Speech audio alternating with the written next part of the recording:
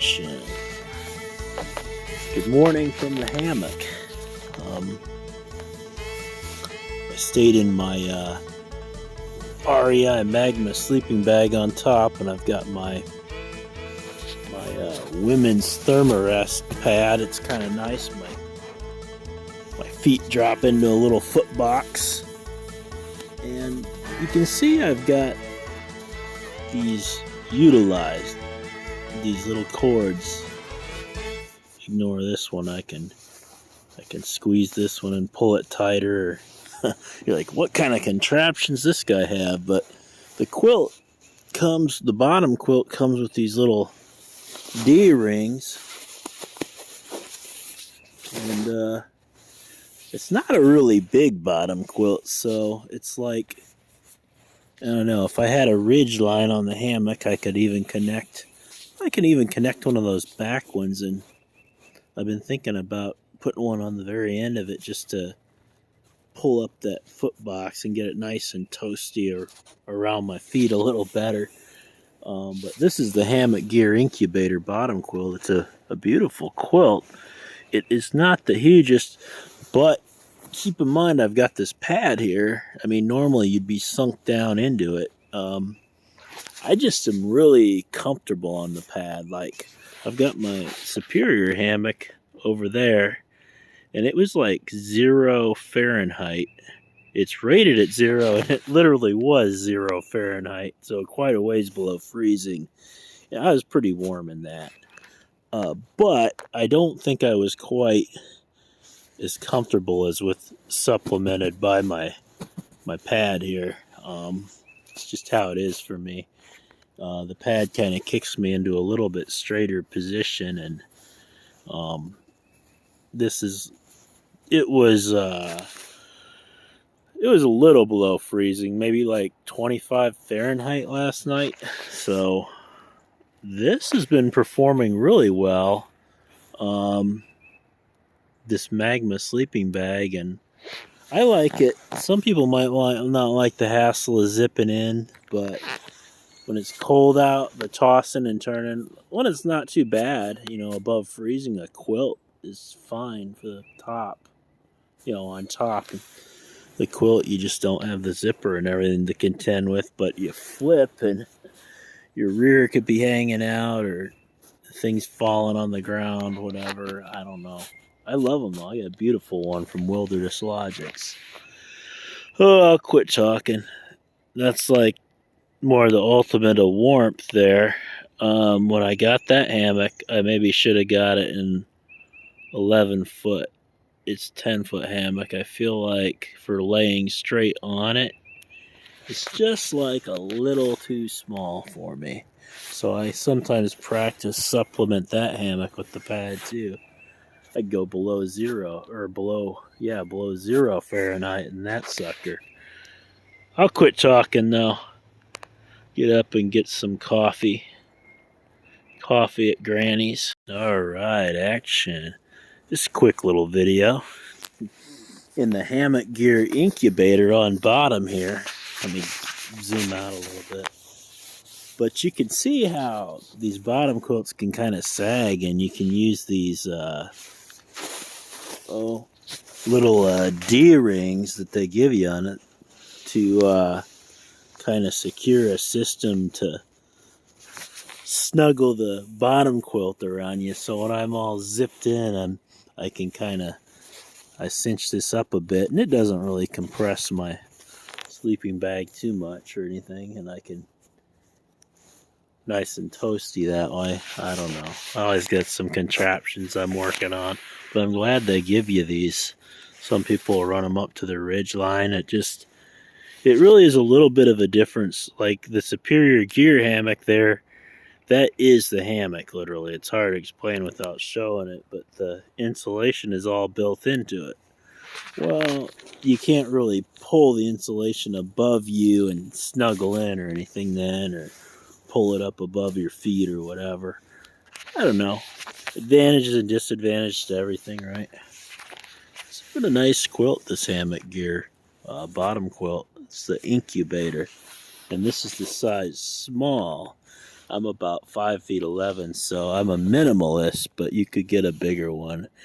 And you could get a brand that comes a little higher. I believe the Hummingbird does.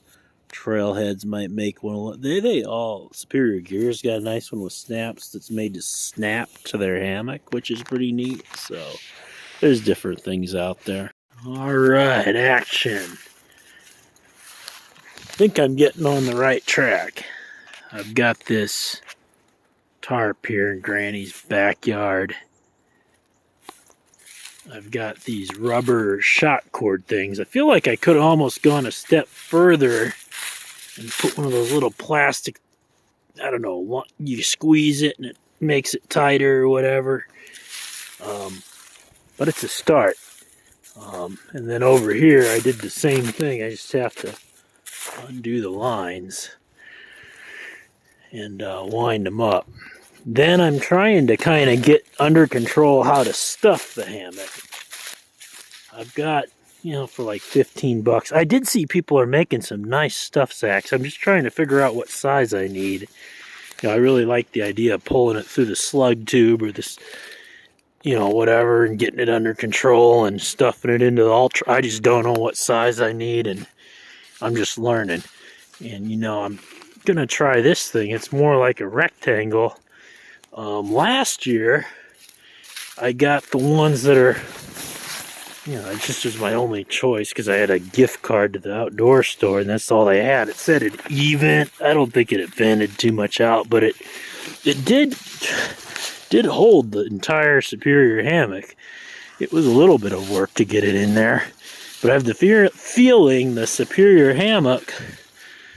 They had a 35 liter. I almost should have bought that for the sleeping bag and the hammock, but I'm starting to feel like unless you have one of those slug tubes and the whole get it under control and the big snake and then fold it in there, you almost got to do them separate just to keep, or just shove them all in your pack.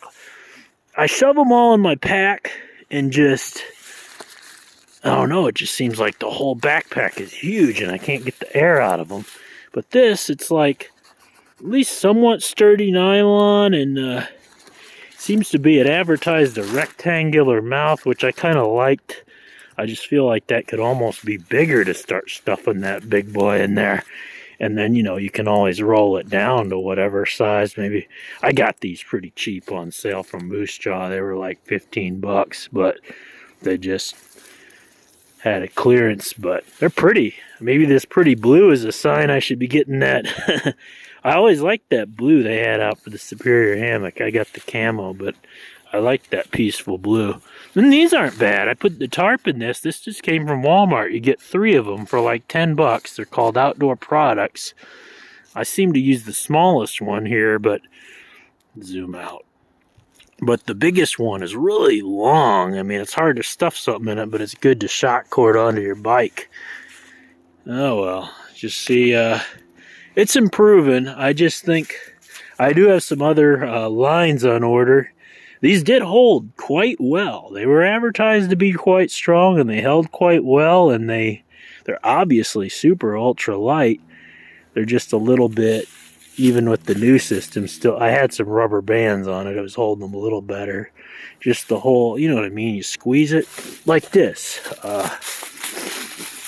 You just, I'm not wanting to load the thing down with tons of weight. Just simplify it, I guess. I don't know. It's coming along. Action. Well, here's a subject I've had come up. Do they slip on you? Have you ever broke one? These line locks, I seem to find them very convenient, and we can't get the focus in, we'll back out. I use them out on all these tarps, and I even used to tie them to the corners I do on my main tarps. I even threaded an extra one here. I'm like, well, I'll take an extra one.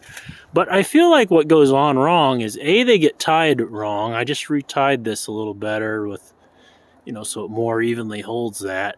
And B, I think, is it just an issue of like, I can't focus. Get out.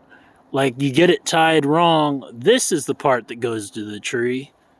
And this is the part you're supposed to be pulling on. I feel like I had that strung in here backwards. Or maybe you're just like, no, you can't trust those things. It just gets wet and they're going to start letting loose. And this tarp's been hanging out here a while and a few days now, and I haven't had them let loose. I retied them all, so I don't know. Quite colorful, this ultralight Osprey bag. Now, when I say ultralight, there's some other choices that are lighter, but for 15 bucks on sale, and it has this really nice, you can see it there, strap to like hang it from your hammock or your boat. And it's, you know, decently sturdy. I think they call it a 40 nylon. It's kind of rectangle. Oh, from Moose Jaw. Huh.